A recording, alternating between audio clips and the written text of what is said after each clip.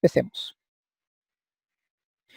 Bien, chicos, muy buenos días. En esta clase de Historia del Perú vamos hoy día a enfocarnos la invasión y caída del imperio de los Incas, ¿de acuerdo? En esta oportunidad vamos a mencionar este asunto. A ver, eh, después de la llegada de Cristóbal Colón a América, eh, ya muchos europeos aventureros se trasladaron al Nuevo Mundo y estos pues supieron pronto la existencia de grandes estados altamente desarrollados y muy ricos, como el caso de los aztecas o los incas. Entonces, obviamente, iba a convertirse, pues, sin duda, en su principal objetivo, ¿de acuerdo? Pero es importante resaltar cómo esto es que se ha ido dando y poder entender un poco de cómo es que el imperio inca cae, cómo es así que los españoles llegan al Nuevo Mundo y bajo qué contexto, ¿de acuerdo? Y eso es lo que vamos hoy día a aclarar. Empecemos con, con la definición, ¿no? Básicamente, con respecto a la caída, o en este caso la invasión y caída del imperio inca. Bueno, para empezar, la invasión española, ¿no? Al Tahuantinsuyo, básicamente se debió, ¿ya? Se debió, eh,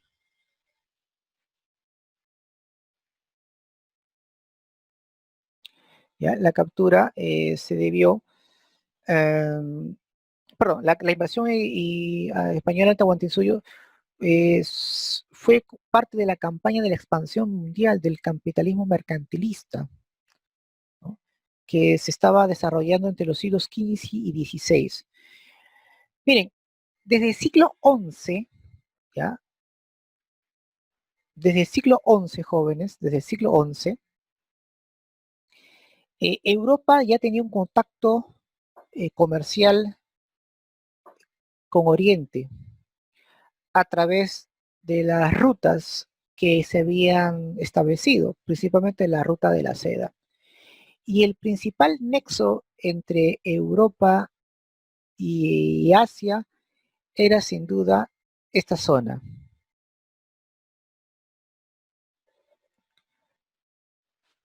llamada Constantinopla, ¿no? Constantinopla, recuerden, era la capital del Imperio Bizantino, y desde el siglo XI, luego de las cruzadas, va a haber un flujo comercial importante entre Oriente y Occidente. Eso va a permitir el crecimiento de un sector muy importante a la cual nosotros llamamos la burguesía. Esta burguesía va a ampliar su riqueza producto obviamente del flujo comercial entre Oriente y Occidente. Pero en el año de 1453, Constantinopla va a ser tomada por los turcos otomanos. Vamos a poner acá un ratito. Está. Repito, Constantinopla va a ser tomada por los turcos otomanos y va a bloquear el acceso de los europeos a Oriente. Entonces, ante esa situación, ¿qué van a hacer las burguesías? Van a tratar de buscar nuevas rutas comerciales porque no pueden parar, ¿no? El tráfico comercial que los había beneficiado enormemente no puede ser obviamente bloqueado o paralizado justamente por esta ruta que habían bloqueado los turcos otomanos. Consideraban los burgueses que debería haber otras rutas para llegar a las Indias, porque ellos conocían esta zona como las Indias. Es más, China, Japón no los conocían así, ¿no? Los llamaban pues Zipango, Catay, por ejemplo, ¿no? Ahora esta ruta se dio más conocida gracias a los viajes de Marco Polo, ¿no? 200 años antes de que existiera esta crisis en el cual pues los europeos, principalmente la burguesía, va a estar obviamente conmovida, ¿no? Por esta situación.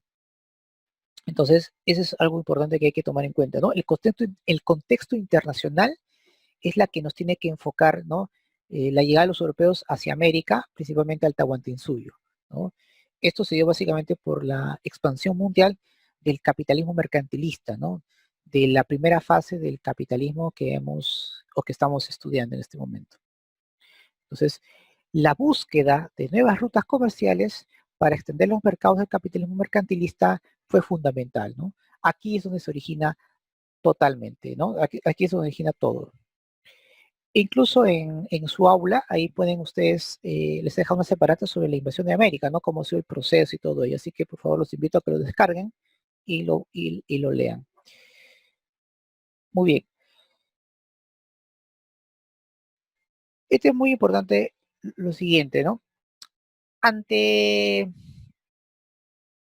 ante la imposibilidad de continuar con la misma ruta hacia Oriente por Constantinopla, la burguesía va a financiar, va a promover nuevas rutas para que puedan obviamente ir hacia las Indias. Gracias a ese financiamiento se desarrollan las embarcaciones como las carabelas, las naus, que eran obviamente naves mucho más rápidas, más ágiles para poder circunnavegar, a diferencia de las anteriores embarcaciones, ¿no?, que se usaban. Eh, Van a financiar a exploradores, van a financiar a aquellos que van a inventar, ¿no?, la brújula, el astrolabio, todo lo que tenga que ver pues eh, con el tema del descubrimiento, de los grandes descubrimientos, ¿no? O sea, implementos para poder explorar. Las monarquías que van a padrinar, que van a iniciar con el apoyo de la burguesía, son la de Portugal y España. ¿Por qué no Inglaterra? ¿Por qué no Francia? Eh, para empezar, si bien es cierto, Inglaterra ya se había desarrollado una importante burguesía, porque recuerden, Inglaterra fue la primera nación burguesa, ellos estaban más enfocados en otros temas, ¿no?, al interior, ¿no?, de su propia estructura económica. Eh, Aparte que tanto España como Portugal, a diferencia de los países que he mencionado, tenían algo a su favor. Habían logrado para empezar, se habían liberado de los musulmanes que habían tomado sus territorios por casi 800 años. Es decir, España y Portugal se había reinventado políticamente, se había fortalecido. Esa es la palabra indicada. Entonces, como naciones fortalecidas y ante el respaldo de las burguesías, principalmente de capital judío, van a tratar de buscar nuevas rutas comerciales. El primer país en aventurarse fue Portugal. Es más, el rey de Portugal, Enrique, va a fundar una escuela náutica llamada Sagres. Por algo pues lo llamaron a él Enrique el Navegante. Aunque él nunca viajó, él nunca pisó una embarcación, lo llamaron así por promover, ¿no?, este tipo de iniciativa. Y los portugueses, pues, a cargo de grandes navegantes, como Vasco da Gama, por ejemplo, van a circunnavegar toda esta zona ¿no?, de la parte occidental de África para poder llegar hacia las Indias. Por otro lado, España, principalmente por la reina católica, la reina Isabel, apoya el proyecto de Cristóbal Colón, en el cual pues él tiene la idea de viajar hacia Occidente, rodear obviamente la Tierra, porque él consideraba, como otros muchos importantes sabios y exploradores, de que la Tierra pues tenía una forma esférica, porque hasta ese tiempo aún mucha gente pensaba que la Tierra era plana. Colón, junto con otros de exploradores y sabios de la época, consideraban que la Tierra tenía una circunferencia. Entonces, el proyecto de Colón consistía obviamente en rodear la Tierra y llegar hacia las Indias, ¿correcto? Entonces, ese, digamos, era el inicio de este gran viaje en el cual, sin proponérselos, los europeos van a conocer un nuevo continente. Tanto es así que incluso hasta la muerte de Colón, él pensó que lo que había descubierto eran las Indias. Por eso, pues, que los oriundos de aquí se le llamó indios, término que no debía darse. Los indios son los que viven en la India, ¿de acuerdo? Luego ya se cambió el término de indígena, ¿no? Eh, que hoy es un término que ahora se les atribuye, ¿no?, a todos los nativos del continente americano. Ahora bien, otro importante tema que quisiera yo eh, explicar es ¿Qué europeos fueron los que llegaron a América? Muchos tienen la idea de que los que van a conquistar el Tahuantinsuyo, los que van a saquear Tenochtitlán, que era la capital de los aztecas, eran pues de una clase inferior, ¿no? Pensando pues como los que vinieron, como llegaron los primeros europeos acá al Caribe, ¿no? Con Colón, claro.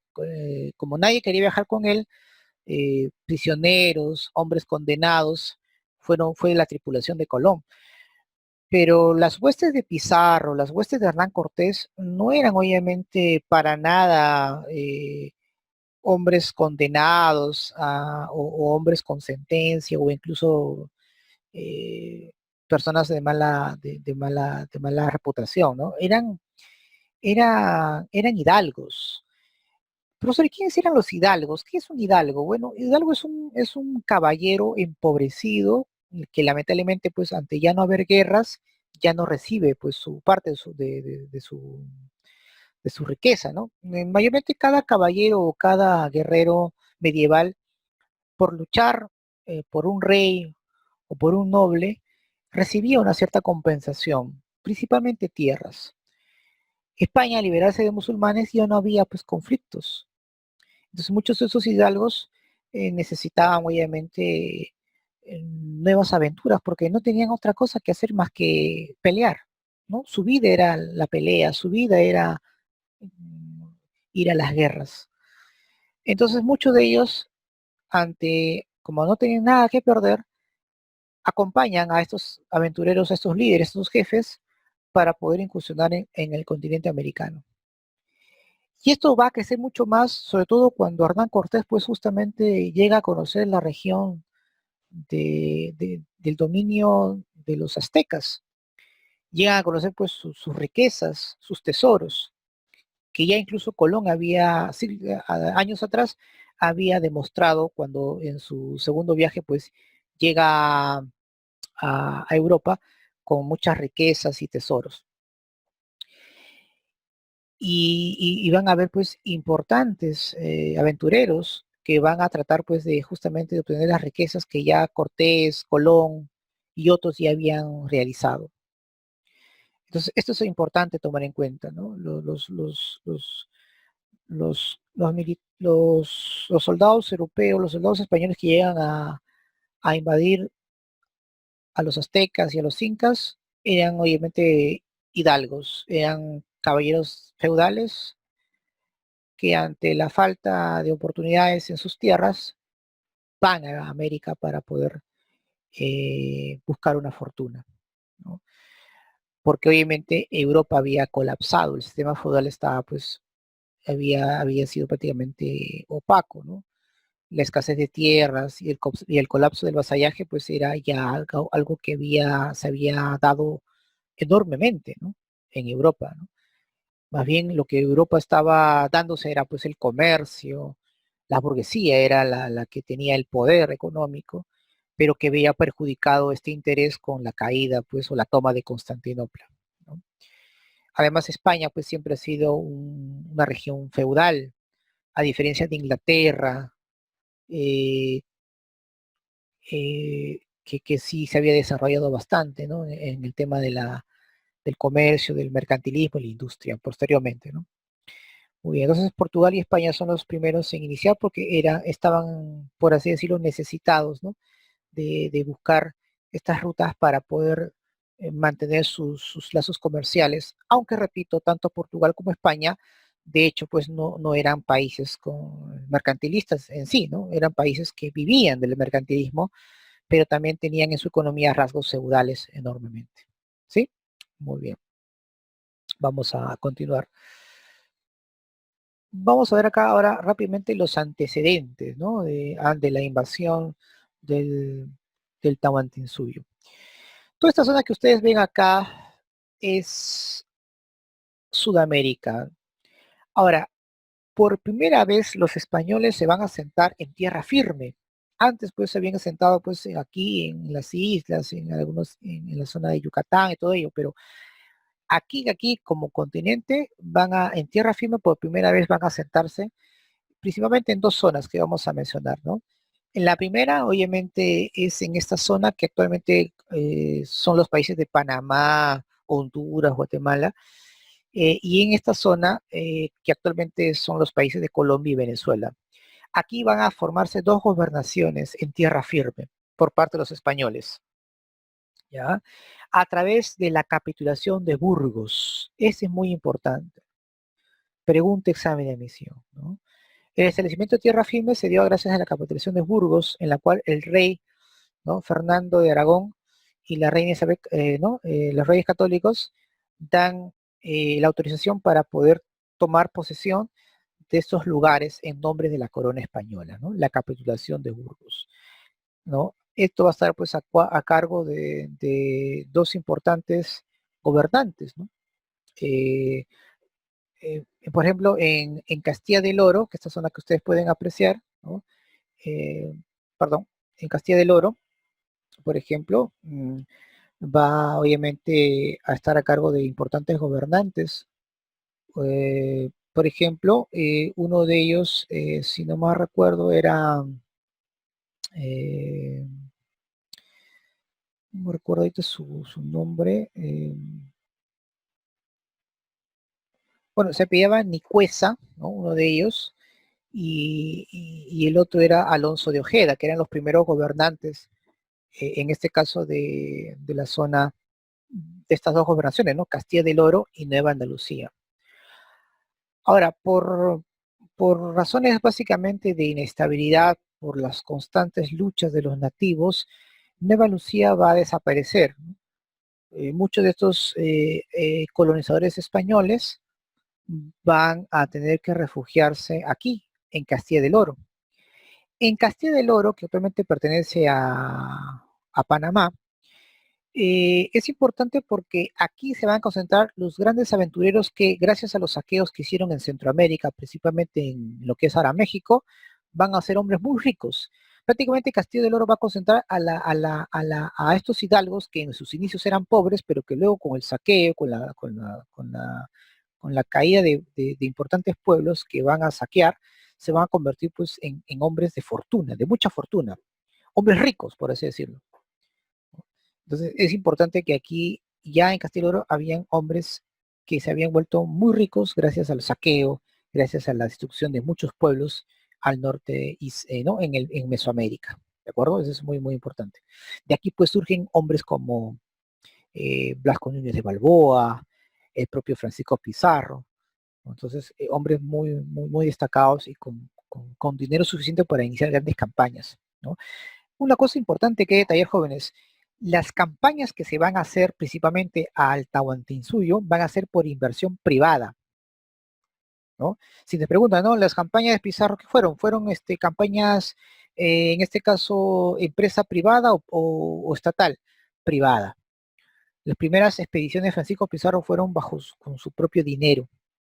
Ya cuando él le da pruebas a la corona española de la existencia del Tahuantinsuyo y de las riquezas, es donde España invierte, ¿no? En las últimas expediciones de Francisco Pizarro, pero antes no, mayormente eran campañas propias, ¿de acuerdo?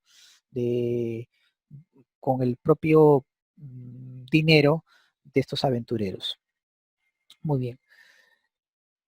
Ahora, y a pesar de que los españoles se habían establecido en esta zona, con el contacto que tenían, ¿no? Y sobre todo con las expediciones de importantes navegantes, como el caso, por ejemplo, de este personaje de Balboa, ¿no? Vasco Núñez Balboa incluso se convirtió pues en gobernante de Castilla del Oro.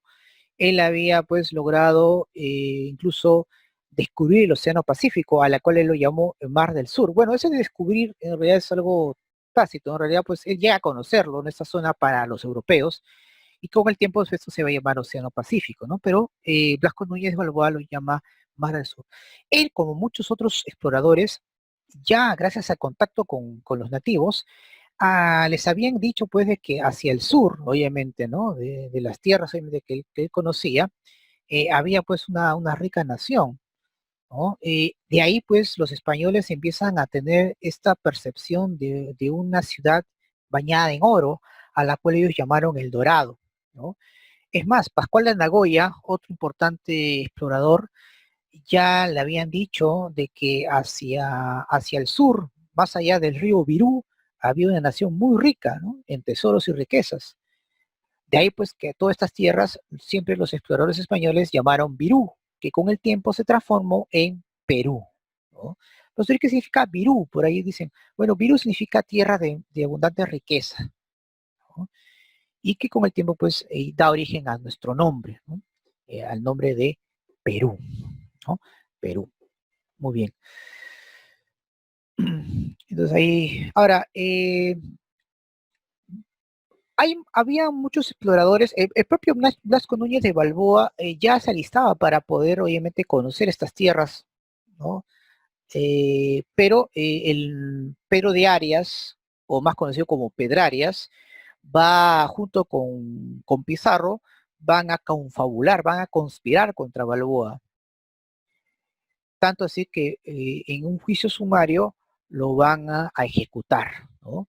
Balboa es ejecutado y Pedro de Arias se convierte en el nuevo gobernador de Castilla del Oro de Panamá, ¿de acuerdo? Y obviamente es ahí donde pues se alía con Pizarro para que él sea el único que puede explorar estas tierras. ¿Por qué? Porque ya habían otros exploradores incluso antes que Pizarro.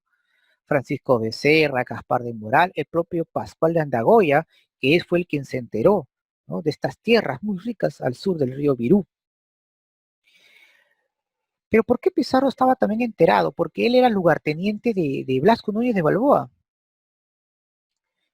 Pizarro, como muchos aventureros pobres, se embarcan en esta aventura, en esta incursión hacia el Nuevo Mundo, y van a aprender bastante pues, de los grandes expedicionarios, de los grandes exploradores. Hay que recordar pues, que Pizarro en su juventud criaba cerdos en Extremadura, ¿no? Él era de la zona de Trujillo, en España, y obviamente él vio la mejor oportunidad para poder viajar porque sabía pues que si se dedicaba a esa vida iba a morir completamente en la pobreza. Y bueno, tuvo mucha razón, ¿no? Él al incursionar, él se volvió pues uno de los hombres más ricos, ¿no? De estas tierras. E incluso cuando él ya empezó a tener poder económico, trajo a todos sus hermanos que estaban empobrecidos en España. Más de 7, 8 hermanos que tenía él, ¿no? Entre hermanos y hermanastros, ¿no? Él no tuvo ningún tipo en este caso, de problemas de traer a todos sus hermanos y también a hermanastros, ¿de acuerdo? Quien te puede dar una mayor información sobre la vida de Francisco Pizarro, y por ahí si de repente quieren que yo se les pase también información, no hay un problema, te recomiendo leer el libro de Francisco Pizarro de José Antonio del Busto de Túrburo, ¿no? Así que ahí los invito si les quieren obviamente tener su vida de nuestro amigo Francisco Pizarro. Muy bien, vamos a continuar.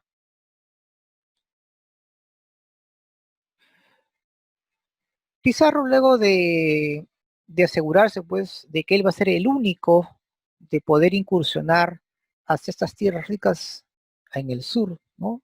De Panamá, él forma su propia expedición. Ahí está, ¿no? Vamos a ver acá la expedición. Se dice que eran 3 socios que se juntaron en Panamá, Francisco Pizarro, Diego de Almagro y Hernando de Luque, ¿verdad? Bueno, cada uno tenía ellos una función. Francisco Pizarro sería pues el jefe de la expedición, que también obviamente va a poner dinero para la campaña. Diego de Almagro, otro hombre muy rico que se había vuelto poderoso por los saqueos que había realizado en su campaña como jefe militar, iba a ser el proveedor, ¿no? De pertrechos, armamento, provisiones de alimentos. Pero luego aparece acá un personaje, un clérigo, pero que en realidad era solamente un testaferro. Profesor, ¿quién es un testaferro? Un testaferro es una persona que pone su nombre. ¿Por qué? Porque el verdadero financista de la expedición de Pizarro fue sin duda este hombre, un hombre muy rico, de ascendencia judía, Gaspar de Espinosa. En los últimos exámenes de admisión viene bastante el nombre de este personaje, porque es algo reciente que se ha dado. Claro, ya tiene esto más que 10 años recién, ¿no? Pero hay que recordar pues que en nuestra educación hasta los 90 siempre se pensó que era Hernando de Luque. Y muchos se decían, ¿y por qué tiene que ver acá un clérigo? Incluso cuando se inician las campañas de conquista, este personaje desaparece completamente de nuestra historia. Pero no debemos olvidarnos, repito, a Gaspar de Espinosa, que es el verdadero financista de la expedición, de la empresa de Francisco Pizarro. Ahora, hay un quinto socio aquí también que es importante destacar. Es el gobernador de Castilla del Oro, el gobernador de Panamá, eh, pero Arias Dávila, ¿no? Más conocido como Pedrarias. Él le da pues el apoyo político, es el que le da la autorización a Francisco Pizarro de iniciar su expedición, pero solamente el primer viaje, ¿no? Porque obviamente al ser esto desastroso, Pedrarias ya no le va a dar, ya no le va a dar su apoyo. Pero obviamente Pizarro va a ver la manera de cómo solucionar esa situación, ese impasse, ¿no? Que luego lo vamos a ver más adelante. Lo cierto es que de los socios jóvenes, no olvidarnos de Gaspar de Espinosa, que es el verdadero financista de la expedición de Francisco Pizarro. En realidad, pues, de las 3 expediciones que tuvo, ¿de acuerdo? Muy bien. Ahí vemos acá un grabado de este contrato que se hizo, ¿no? Bueno, un contrato obviamente verbal, ¿no? Porque hasta el día de hoy, pues, hasta donde yo tengo conocimiento, no hay un documento que acredite, pues, esta alianza, esta sociedad, ¿no? Pero que fueron los personajes que acabo de mencionar, los que realizaron esta expedición, sí es cierto, ¿no? Y se reunieron también en Panamá, ¿no? Que fue el lugar donde estos se juntaron y empezaron a formar esta sociedad. Muy bien, vamos a continuar aquí. Muy bien. Vamos a ver algunos viajes, ¿no? Eh, de Francisco, de Francisco Pizarro, ¿no? El primer viaje lo vamos a llamar el viaje de la exploración, en la cual pues ahí vemos que parte de Panamá. Eh, Profesor, ¿y por qué este primer viaje fue desastroso? ¿Qué podemos, digamos, cuál- qué es lo que más importante que podemos encontrar aquí, ¿no? Bueno, el primer punto que llegaron los españoles, las huestes de Pizarro, que no pasaban las 100 personas aproximadamente, y algunos indígenas que los utilizaban como carga o como personas para poder cargar los equipajes o las provisiones de los soldados españoles. El primer lugar de que llegaron fue al puerto a las islas de Perlas. ¿Ya? Ese fue el primer punto. Luego se trasladaron al puerto de Piñas, ¿ya? Piñas. Y por último al puerto del Hambre. Es un nombre que lo llamaron así los españoles debido pues a las dificultades que tuvieron. ¿Por qué? Porque toda esta zona que acabo de mencionar, los últimos, era zona era zona boscosa, ¿no? Donde la humedad, el calor, ¿no? De esta región y las enfermedades tropicales mermaron bastante en las huestes españolas, ¿no? Que obviamente no estaban acostumbrados a este tipo de clima. Eh, E incluso en esta zona, lo que conocemos como Puerto Quemado, en la cual pues se llamó el Fortín de las Piedras, así se le llamó en un inicio, ahí van a ser atacados por los nativos. Ahí donde Pizarro pierde, perdón, ahí donde Almagro pues pierde un ojo, ¿no? A causa obviamente del ataque de los nativos. En venganza, pues Pizarro, perdón, Almagro regresa con su gente a esta zona y lo destruye, ¿no? A partir de ahí, pues se le llamó Pueblo Quemado, ¿no? Este viaje fue un fracaso totalmente rotundo, ¿de acuerdo? Fue muy, pero muy, muy, muy terrible, ¿de acuerdo? Tanto así que Pedrarias le quita el apoyo en su primer viaje y encima muchos españoles ya no van a querer continuar, ¿no? Con Pizarro. Pero luego ocurre un hecho significativo, ¿no? Eh, ya no estaba gobernando Pedrarias. Pedrarias había sido ejecutado y eso lo aprovechó muy bien Pizarro para nuevamente continuar con su segunda expedición. Él estaba convencido de que esta vez sí va a encontrar estas riquezas que obviamente ya había escuchado, no solamente de Vasco Núñez de Balboa, sino también de otros importantes exploradores y nativos, ¿de acuerdo? Entonces es algo importante que hay que destacar. Ahora bien, en este segundo viaje también se le va a llamar como el viaje de descubrimiento. Parte también de Panamá y pasa por Chochama y se ubica en el río San Juan. Aquí van a tener muchos problemas, Francisco, sobre todo de alimentos. Ya no va a tener provisiones. Es por eso que envía a Almagro a Panamá, para que obviamente pueda continuar más provisiones. Ahora, aquí ocurre un hecho interesante. Secretamente, un soldado envió pues una carta contra Pizarro y Almagro. Y hay una frase muy interesante que obviamente va dirigida al gobernador de Panamá, que me gustaría yo exclamar con ustedes, ¿no? La carta dice así: señor gobernador, miradlo bien, por entero, allá va el recogedor, o sea, Almagro, y acá queda el carnicero, se refería obviamente a Pizarro.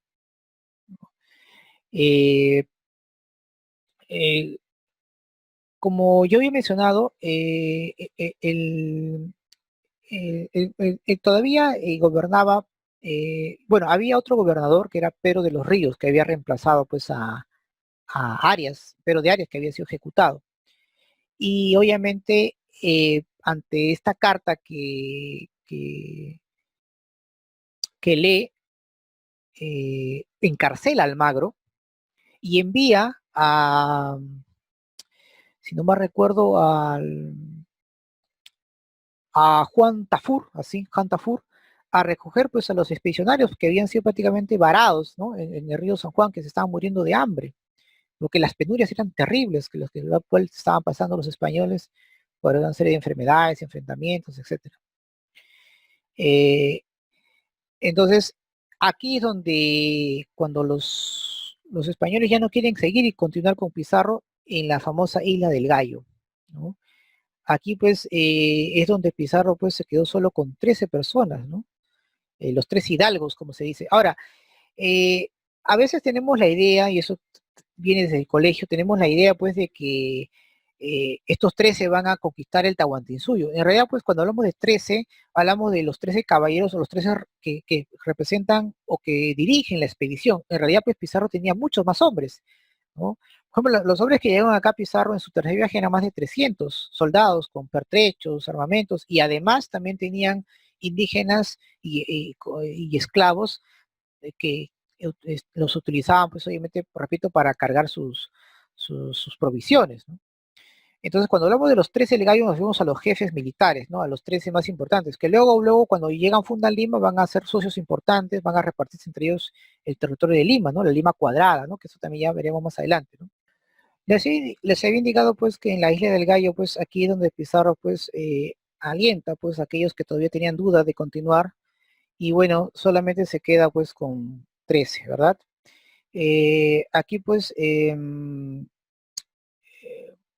Pizarro, pues, se quedó con los 13 hidalgos para poder continuar con el viaje. Ahora, Bartolomé Ruiz, un importante navegante, captura, ¿no? Una balsa de indígenas comerciantes tayanes, en la cual pues, posteriormente pues, van a ser sus traductores de los españoles, ¿no? El más famoso pues va a ser el famoso Filipillo, ¿no? Que es el nombre despectivo que le van a colocar a él, en el cual aparentemente él va a hacer la traducción, sobre todo cuando hay un encuentro pues entre los españoles y Atahualpa. Ahora, tras llegar pues a la altura del río Santa, en este caso, él comprueba, bueno, primero va a la isla Puná. Por un tiempo va a ser bien recibido por los habitantes, pero luego cuando los jueces de Pizarro pues ven algunos objetos de valor que les interesa enormemente y van a cometer pues ciertos abusos con la población, estos van a ser prácticamente perseguidos por ellos y se refugian en Tumbes.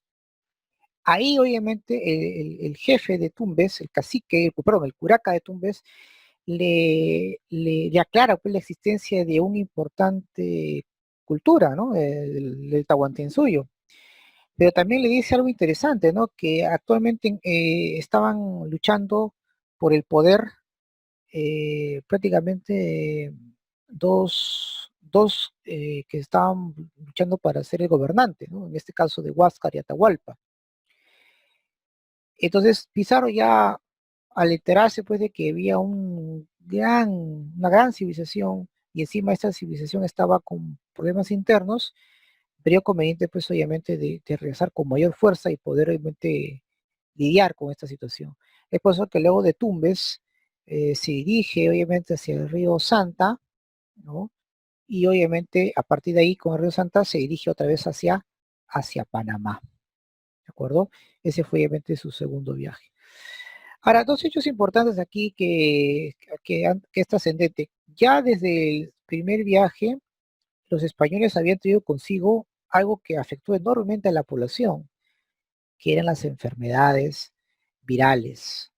Los españoles trajeron a América eh, la, la, la viruela, trajeron pues, la sífilis y también trajeron pues en este caso esta gripe, ¿no? Ya como o sea, esta parte, em, ¿no? La influenza, ¿no? La influenza, ellos trajeron la influenza, en la cual pues van a matar millones y millones de personas. No solamente en toda esta zona de Sudamérica, sino también en el centro, ¿no? ¿no? Toda la parte del centro del continente americano. Prácticamente el 85% de la población fallece obviamente a causa de estas pandemias o de estas epidemias, ¿no? Porque pandemias cuando es todo el mundo, ¿no? Pero estas epidemias fueron feroces. Ya me voy a ocupar de estas epidemias más adelante. Entonces, en su segundo viaje comprueba la existencia de Tahuantinsuyo. Es por eso que Pizarro, antes de iniciar su tercer viaje, necesita la autorización de la máxima autoridad española, es decir, de los reyes de España. ¿De acuerdo? Es ahí donde Pizarro pues pide apoyo a su primo, a Hernán Cortés, para que lo lleve a la corte y exponga su caso. Y gracias a ello es que se da lo que conocemos como el tercer viaje, ¿no? El tercer viaje, jóvenes, se da gracias a una capitulación. Recuerden que la capitulación es un documento por el cual los reyes autorizan ¿no? a los españoles a poder realizar su viaje.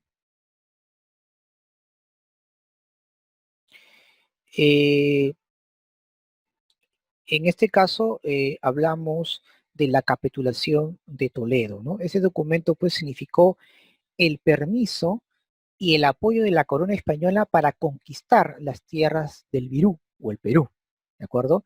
Pizarro fue nombrado gobernador general de los territorios que conquistaría.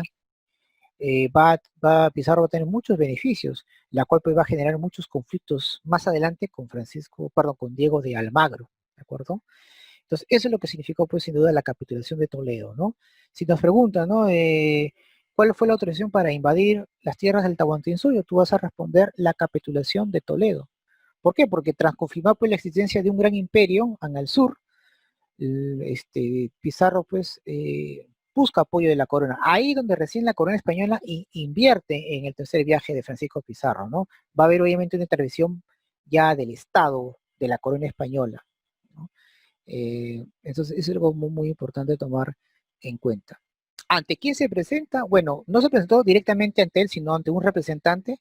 Hablamos pues, de Carlos, ¿no? Carlos I, que a la vez también era Carlos V, ¿no? Que era en este caso también emperador del Sacro Imperio Romano, germánico. Pero bien, lo cierto pues que tras la firma de la capitulación de Toledo, Pizarro pues consigue la autorización real y ahí pues se produce su tercer viaje, ¿no? A la cual pues se le conoce también como el viaje de la invasión, ¿de acuerdo? La invasión es el tercer viaje, ¿de acuerdo? Muy bien. Bueno, eh, con todos los pertrechos, con todas las provisiones necesarias, Pizarro pues parte, ¿no? ¿no? En 1931 desde Panamá y rápidamente de la bahía de San Mateo se traslada automáticamente a Tumbes que ya había tenido pues anteriormente en segundo viaje un contacto con ellos, ¿no? Ahí donde pues pactaron con el curaca de Tumbes, llamado Chilimasa, ¿no? Y de ahí pues llegan a Piura y fundan la primera ciudad eh, llamada San Miguel de Tangarará. Va a ser la primera ciudad española del Perú, ¿ya? Así que mucho ojo, por favor, apunten eso, que se va a fundar justamente en 1532. Y bueno, y Pizarro pues recibe ahí mismo la noticia pues de que el Inca se encontraba en Cajamarca y que obviamente quería conocerlo, ¿ya? Hay que recordar que ya en el tercer viaje Atahualpa había derrotado a Huáscar. Y Huáscar obviamente como una manera ceremonial antes de iniciar su toma de posesión en el Cusco, antes de ceñirse la borla imperial, decide obviamente quedarse en Cajamarca, porque tenía cuentas pendientes con los españoles. Atahualpa ya conocía de la existencia de estos grupos, incluso desde tiempos, incluso ya ni siquiera él mismo, sino desde Huayna ya se sabía la incursión de estos españoles, solamente que Huayna le sorprendió la muerte y no pudo conocer más sobre ellos.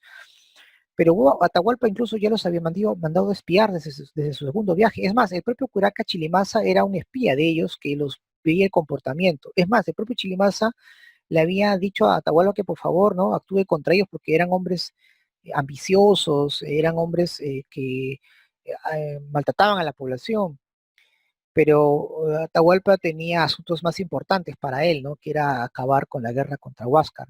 Pero le había prometido a muchos curacas que una vez que acabe con Huáscar, él iba a tomar represalias contra estos invasores, ¿no? Porque él sabía de que estos españoles pues no eran dioses, como hacía creer a todo mundo, ¿no? Eran obviamente simples mortales.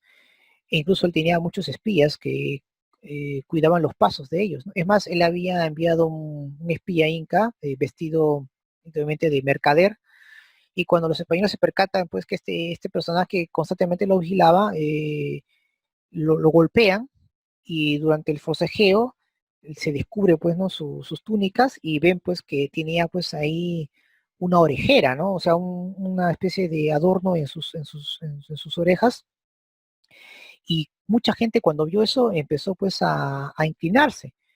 Ahí donde los españoles se dieron cuenta que ese personaje era muy importante, ¿no? Porque imagínate, ¿no? Que tú forcejees con alguien y luego lo descubres y la gente que lo mira lo reconoce y empiezan a inclinarse hacia él, entonces quiere decir que es un personaje importante, ¿no? Era un noble cusqueño, a la cual pues los españoles lo bautizan como orejones, justamente por tener estos adornos en las orejas, ¿no? Y él es el que va a ser el nexo con Atahualpa para poder obviamente concertar una cita. Y ahí donde parten de, de Piura, que es una zona de la costa, hacia Cajamarca. Ahora la pregunta es, profesor, ¿y cómo han podido ellos realizar ese viaje?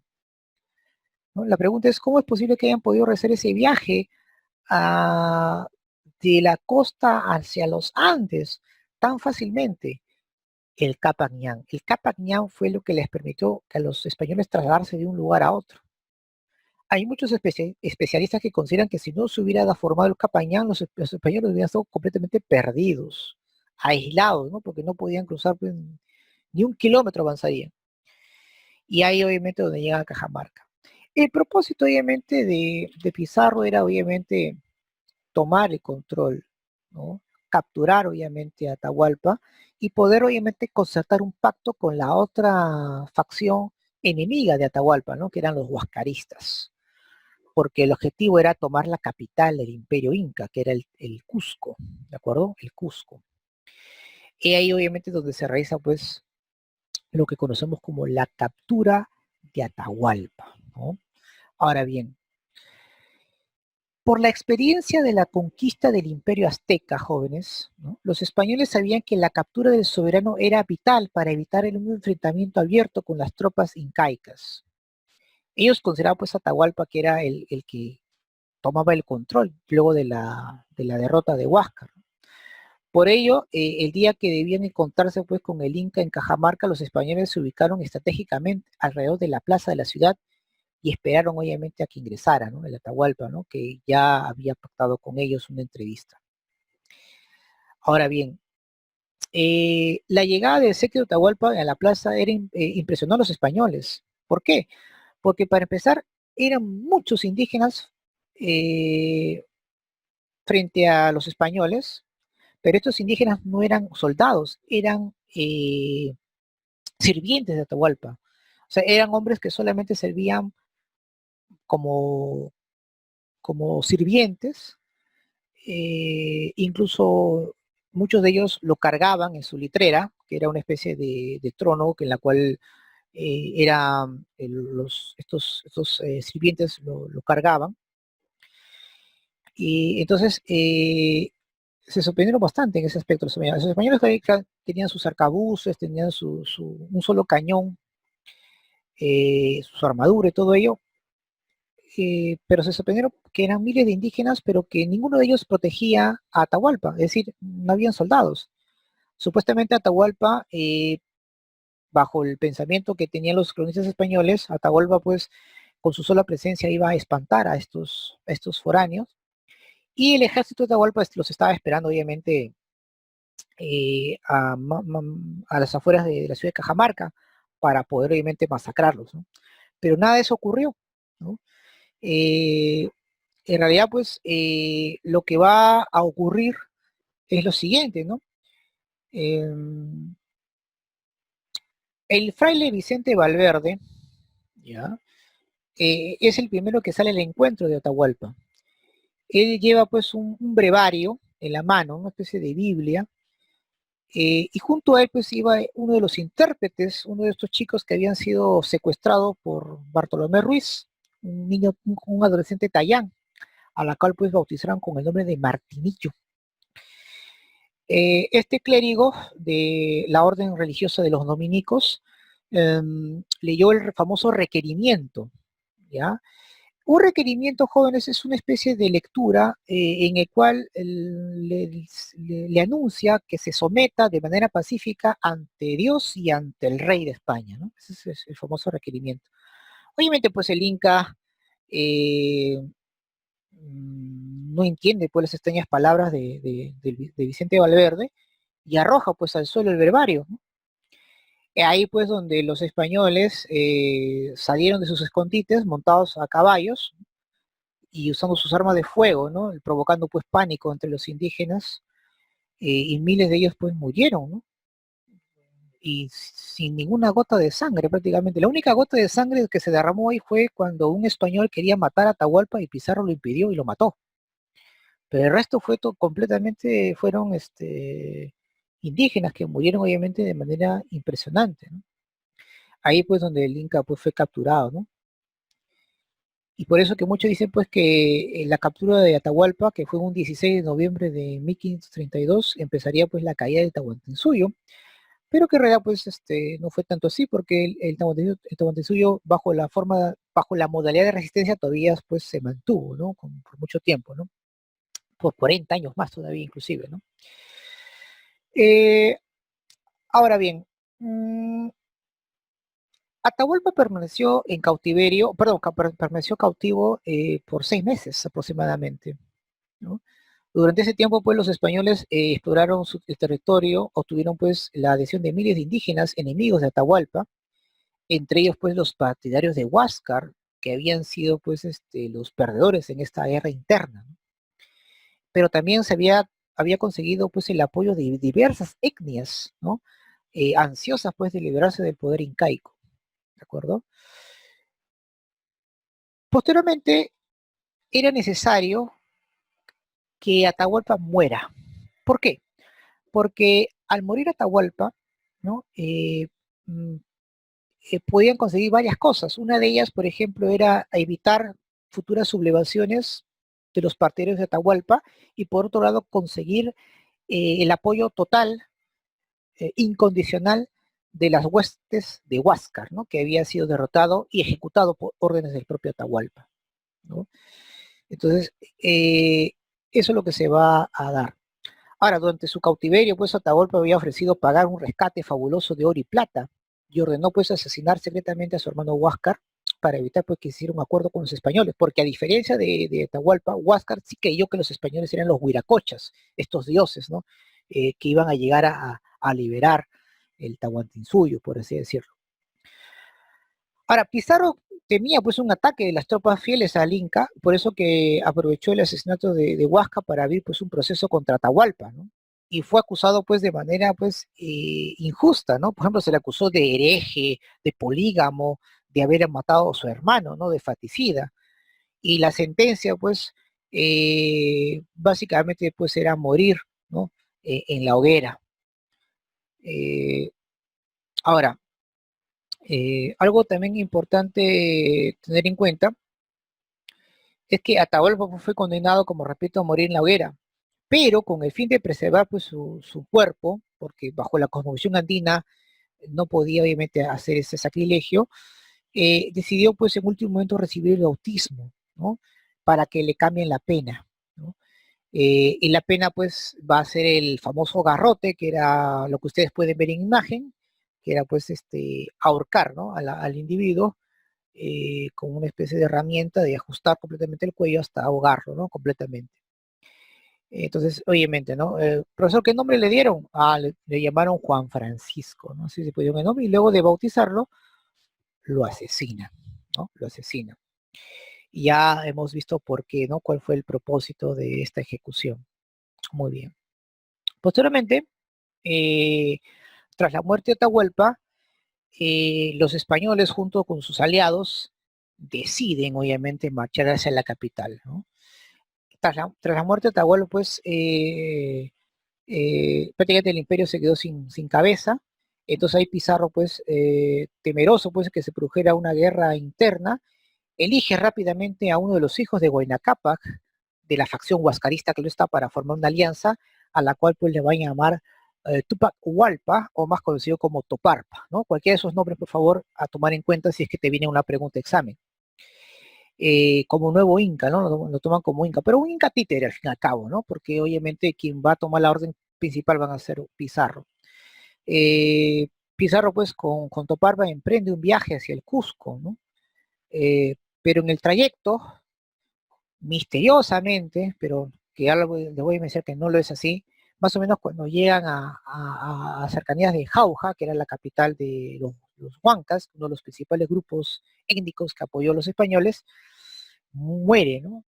Y se sabe que fue envenenado.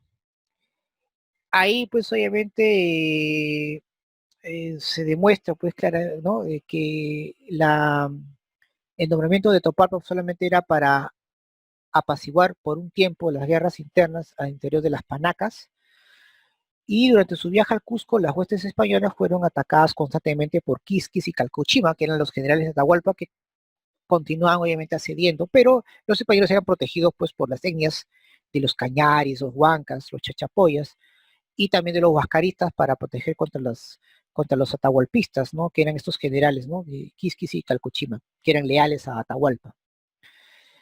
Eh, ahora, eh, Pizarro, en la zona de Jaquijahuana, cerca al Cusco, recibe la visita de Manco Inca, uno de los hijos menores de Huayna Cápac, quien ofreció ayuda para enfrentar a los generales ¿no? quiteños, es decir, a Cacuchima y a Quisquis.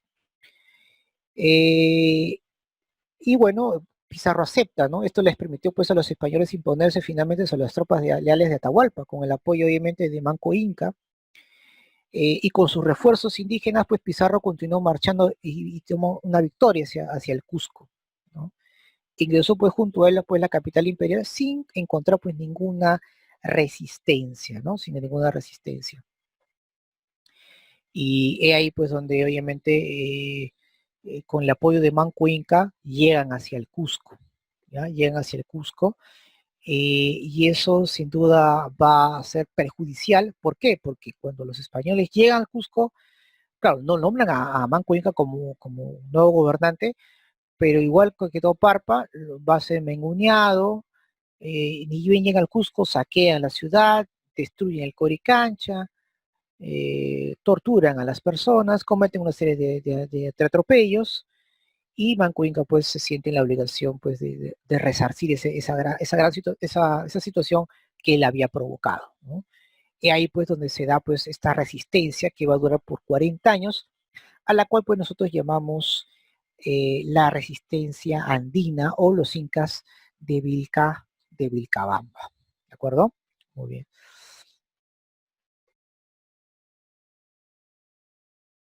Bien, para finalizar, hablaremos sobre los factores que causaron la caída del Imperio Inca. En resumen, fueron las contradicciones internas que hicieron que el Imperio Inca colapse. ¿Cuáles fueron los cuatro factores o causas sobre la destrucción del Imperio Inca? En primer lugar, las rivalidades entre las panacas. La élite cusqueña constantemente siempre realizaban guerras, pugnas por el poder político. Las familias reales, siempre realizaban este tipo de disputas con el único propósito de hacer que sus favoritos lleguen a tener estos cargos de Inca. Entonces, ese digamos es uno de los factores de la destrucción del Imperio Inca. Estas rivalidades entre las familias reales, entre las panacas. Otro factor podemos encontrar pues en el apoyo que los pueblos oprimidos por los incas van a realizar a los españoles, cuyo principal propósito es sin duda su independencia, su autonomía. Los curacas regionales y otros líderes de pueblos sojuzgados por los incas van a ver en los españoles la oportunidad para poder liberarse completamente de de su yugo, de su dominio, de su sometimiento. El desgaste de la mano de obra también es una situación latente por el cual el Imperio Inca colapsa, ¿no? Esta guerra civil que se va a desarrollar entre Huáscar y Atahualpa va a repercutir enormemente en la sociedad, eh, ya que muchos de estos agricultores se enrolan a los ejércitos para poder defender la posición, ya sea de un bando a otro, y eso va a producir un desgaste tremendo, ¿no? En la población.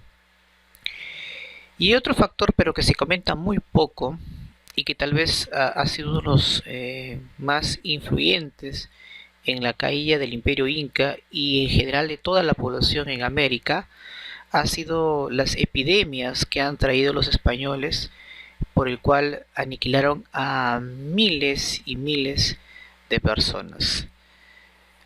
Se calcula, por ejemplo, que antes de la llegada de los españoles en el Tahuantinsuyo habían entre 7 a 10 millones de personas.